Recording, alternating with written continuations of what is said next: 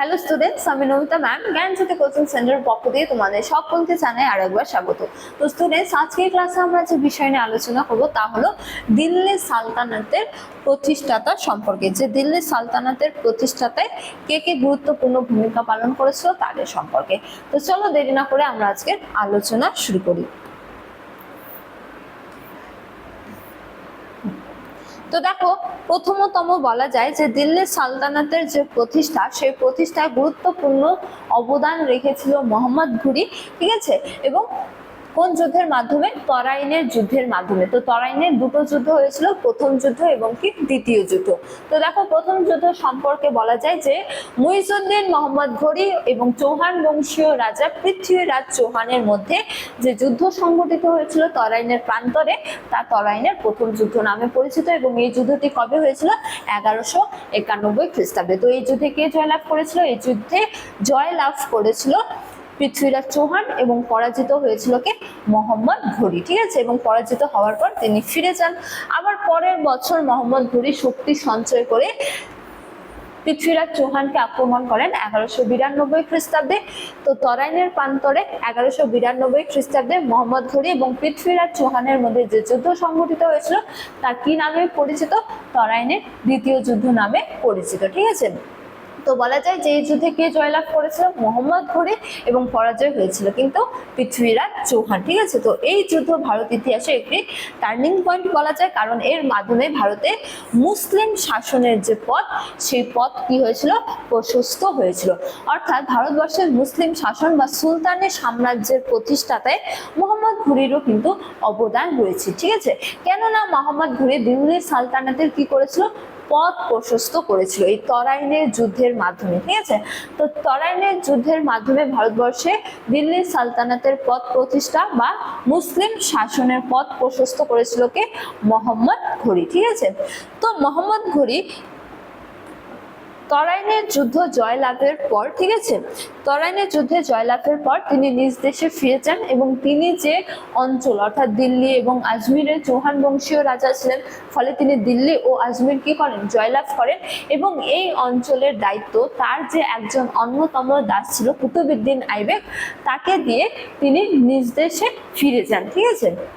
তো তার কিন্তু নিজস্ব কোনো পুত্র ছিল না, তার একাধিক দাস ছিল, ঠিক আছে। যেমন কুতুবউদ্দিন আইবেক, তারপরে বখতিয়ার খিলজি, ঠিক আছে। এছাড়া তার নসরুদ্দিন কুবাচা, ঠিক আছে।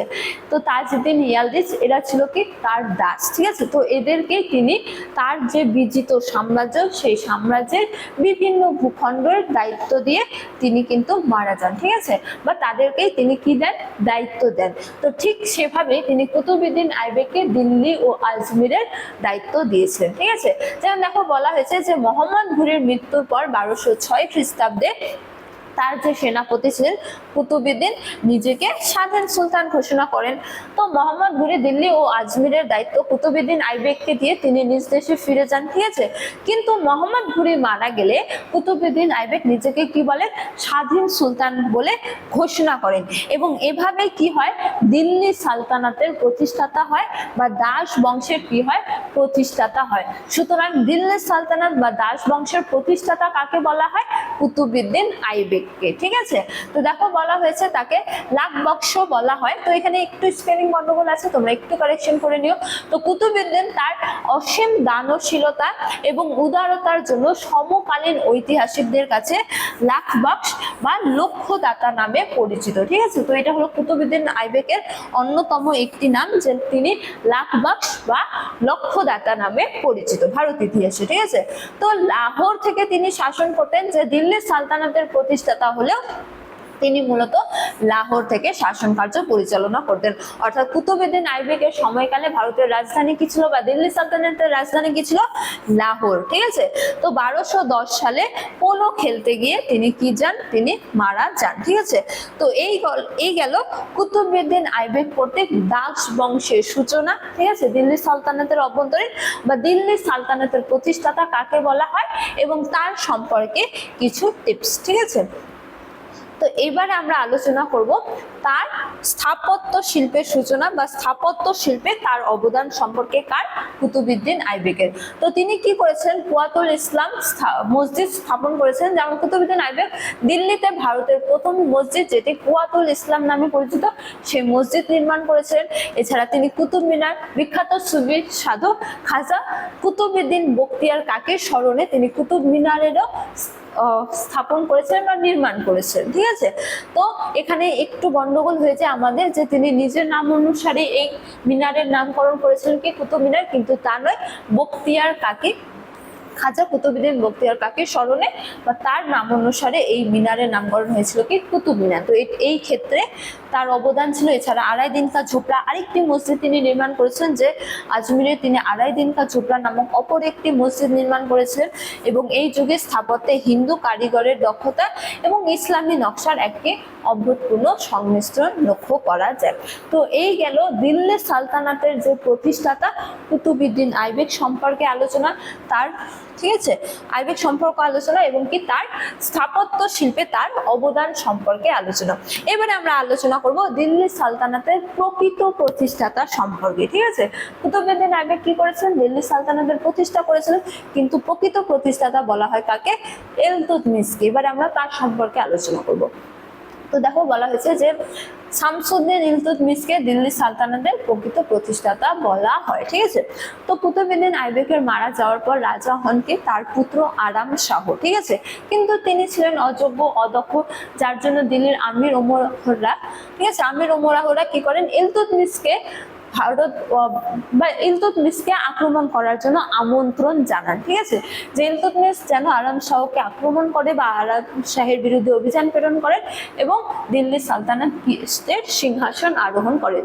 তো এই যে সুবর্ণ সুযোগ, এই সুযোগকে ইলতুৎমিশ কোনো কিছুতেই হাতছাড়া করেনি এবং তিনি আক্রমণ করেন এবং 1211 খ্রিস্টাব্দে কি করেন?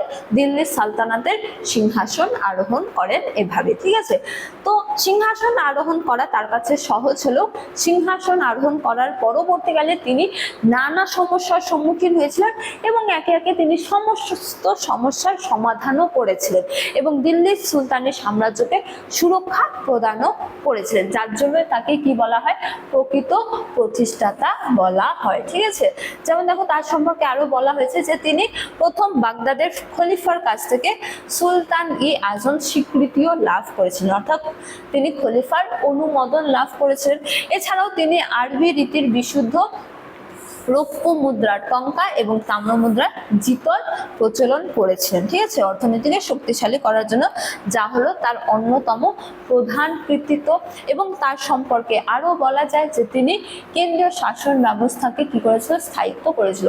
তো ইলতুৎমিশ প্রশাসনিক বিকেন্দ্রীকরণের জন্য ইকতা ব্যবস্থার প্রচলন করেছেন। ঠিক আছে, তো ইকতা ব্যবস্থা কি পরবর্তীকালে আমরা তার নিয়ে ডিটেলসে আলোচনা করব। তো ইকতা ব্যবস্থার প্রচলন কে করেছিলেন? ইলতুৎমিশ। ঠিক আছে, তোমরা শুধু এটা মনে রাখো এখন। তো তিনি সাম্রাজ্যকে বিভিন্ন সামরিক অঞ্চলে ভাগ করে দক্ষ সেনাপতিদের দায়িত্ব দিয়েছিলেন। ঠিক আছে, এছাড়াও তিনি কি করেছিলেন? অত্যন্ত বুদ্ধিমত্তার সাথে দুর্ধর্ষ মঙ্গল নেতা চেঙ্গিস খানের ভারত আক্রমণকে সম্ভাব্য বিপদ থেকে নবগঠিত দিল্লি সালতানাতকে রক্ষা করেছেন, যা তার সেরা কূটনৈতিক সাফল্য। ঠিক আছে, তো ইলতুৎমিশের অন্যতম প্রধান কৃতিত্ব হলো, আমি যে বললাম সিংহাসনের পরবর্তীকালে তিনি বিভিন্ন সমস্যার সম্মুখীন হয়েছিলেন, তার মধ্যে অন্যতম প্রধান সমস্যা ছিল কি? এই মঙ্গল আক্রমণ। ঠিক আছে, চেঙ্গিস খানের মঙ্গল আক্রমণের হাত থেকে তিনি ভারতবর্ষকে রক্ষা করেছিলেন, এটি হলো তার অন্যতম প্রধান কৃতিত্ব। এছাড়াও তিনি 40 চক্র স্থাপন করেছিলেন, যা হলো তার অন্যতম প্রধান কৃতিত্ব, যে জ্ঞানীগুণী বা দক্ষতা সম্পন্ন 40 জনের পরামর্শে তিনি কি করতেন? সাম্রাজ্য পরিচালনা করতেন। তো এই 40 জনের সদস্য সংগঠিত এই সংস্থাকে কি বলা হয়? 40 চক্র বা বন্দেগানি চেহেলগানি। ঠিক আছে, তো এই গেল ইলতুৎমিশ সম্পর্কে আলোচনা। এই গেল দিল্লি সালতানাতের প্রতিষ্ঠাতা এবং প্রকৃত প্রতিষ্ঠাতা সম্পর্কে আলোচনা, ঠিক আছে। তো এরা সকলেই কিন্তু দাস বংশের শাসক, ঠিক আছে। কুতুবউদ্দিন আইবেকও দাস বংশের প্রতিষ্ঠাতা এবং দাস বংশের অন্যতম শক্তিশালী শাসক হলেন ইলতুৎমিশ। এবারে দাস বংশের অন্যতম প্রধান শাসক সুলতান রাজিয়া সম্পর্কে এবার আমরা আলোচনা করব, ঠিক আছে। তো তিনি হলেন ভারতবর্ষের প্রথম নারী শাসক, ঠিক আছে। তো মধ্যযুগের ভারতের ইতিহাসে রাজিয়া ছিলেন প্রথম এবং কি একমাত্র মুসলিম নারী শাসক, ঠিক আছে। তো তার আগে বা তারপরে কোনো মুসলিম নারী কিন্তু শাসক হননি, তিনি একমাত্র নারী যিনি প্রথম ভারত ইতিহাসে কি হয়েছিলেন, শাসক হয়েছিলেন, ঠিক আছে। তো ইলতুৎমিশ তার যোগ্যতার বিচার করে তাকে তার উত্তরাধিকারী মনোনয়ন করেছিলেন। ইলতুৎমিশের কিন্তু একাধিক পুত্র ছিল, কিন্তু তারা কিন্তু যোগ্য ছিল না, যার জন্য তিনি রাজিয়াকে কি করেছিলেন, নিজ উত্তরাধিকারী মনোনয়ন করেছিলেন। তো তিনি কি হয়েছিলেন, ইলতুৎমিশের পরবর্তীকালে সুলতান হয়েছিলেন, ঠিক আছে, সুলতান রাজিয়া। তো তিনি প্রথাগত পর্দা প্রথা ত্যাগ করেছিলেন এবং পুরুষের পোশাক পরে রাজদরবারে উপস্থিত হতেন এবং শাসন কার্য পরিচালনা করতেন। তিনি নিজে যুদ্ধক্ষেত্রে হাজিরও হতেন এবং ঘোড়ায় পিঠে চড়ে তিনি কিন্তু যুদ্ধ করতেও যেতেন বা সেনাবাহিনীকে নেতৃত্ব প্রদান করতেন। এছাড়া তার সম্পর্কে আগেও বলা যায় যে তিনি রক্ষণশীলদের বিরোধিতা করেছিলেন, যে তার দক্ষতা সত্ত্বেও তুর্কি অভিজাত শ্রেণী অর্থাৎ 40-এর চক্র, আমি একটু আগে যে বইটা বললাম যে ইলতুৎমিশ প্রবর্তন করেছিলেন, সেই 40-এর চক্র একজন নারীর শাসনকে মেনে নিতে পারেনি, ঠিক আছে। অর্থাৎ একজন নারীর অধীনে থেকে কাজ করতে তারা রাজি হয়নি, যার ফলে তাদের ক্রমাগত বিদ্রোহের সম্মুখীন হয় কে, রাজিয়া। এবং পরবর্তীকালে এই অভিজাত শ্রেণীদের চক্রান্তের ফলে রাজিয়ার কিন্তু পতন ঘটে, ঠিক আছে। এবং পরবর্তীকালে এই 40-এর চক্র যাকে মনোনয়ন করতেন সেই রাজা হতেন এবং 40-এর চক্রের অভ্যন্তরীণ থেকে একজন রাজা হয়েছিলেন যিনি হলেন বলবান। তিনি হলেন রাজবংশের একজন অন্যতম প্রধান সুলতান, ঠিক আছে। তো এবারে আমরা তার সম্পর্কে আলোচনা করব যে তার অন্যতম প্রধান কৃতিত্ব হলো তিনি রক্ত ও লৌহ নীতি প্রবর্তন করেছিলেন, ঠিক আছে। যেমন সাম্রাজ্যের অভ্যন্তরীণ বিদ্রোহ দমন ও আইন শৃঙ্খলা ফিরিয়ে আনার জন্য বলবান অত্যন্ত কঠোর নীতি গ্রহণ করেছিলেন, ঠিক আছে। এছাড়া 40-এর চক্রের বিনাশ করেছিল। তো এক সময়কালে যখন ইলতুৎমিশ 40-এর চক্র প্রবর্তন করেছিলেন তখন তারা কিন্তু সুলতানের অধীনে থেকে শাসন কার্য পরিচালনা করতেন 40-এর চক্র, এবং তারা সুলতানকে পরামর্শ দিতেন, কিন্তু সেই পরামর্শ সুলতান গ্রহণ করবে কিনা সেটা সুলতানের ওপরে নির্ভরশীল ছিল, ঠিক আছে। কিন্তু পরবর্তীকালে ইলতুৎমিশের পরবর্তীকালে এই 40-এর চক্রের ক্ষমতা এতটাই বৃদ্ধি পায় যে তারা কিং মেকারে পরিণত হয়, ঠিক আছে। অর্থাৎ তারাই স্থির করবে কে রাজা হবে কে রাজা হবে না। যেমন তাদের চক্রান্তের ফলে রাজিয়ার কিন্তু পতন ঘটেছিল, ঠিক আছে। তো তারা কি হয়ে যায়, ক্ষমতার সর্বেসর্বা হয়ে ওঠে এবং তাদের হাত ধরে দিল্লি সালতানাতের সমস্ত শাসন কার্য পরিচালনা হতো। তো এমন সময়ে 40-এর চক্রের একজন সদস্য ছিলেন কি, বলবান, ঠিক আছে।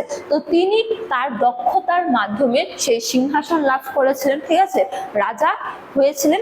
তো তিনি রাজা হওয়ার পর বুঝতে পেরেছিলেন বা যেহেতু তিনি 40-এর চক্রের একজন সদস্য ছিলেন, তো তিনি বুঝতে পেরেছিলেন যে এই 40-এর চক্রের বিনাশ না ঘটালে কিন্তু রাজার যে ক্ষমতা বা রাজার যে পদের স্থায়িত্বতা বজায় থাকবে না।